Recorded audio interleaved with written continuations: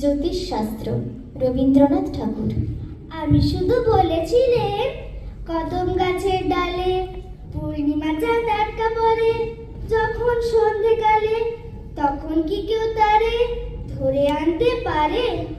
শুনে দাদা হেসে কেন বললে আমায়? খোকা, তোর মতো আর দেখি নাই কো বোকা। চাঁদ যে থাকে অনেক দূরে, কেমন করে ছুঁই? আমি বলি, দাদা তুমি জানো না কিছুই।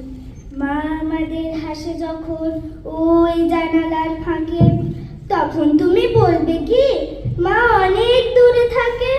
তবু দাদা বলে আমায়, খোকা, তোর মতো আর দেখি নাই তো বোকা। দাদা বলে, পাবি কোথায় অত বড় ভাত? আমি বলি, কেন দাদা?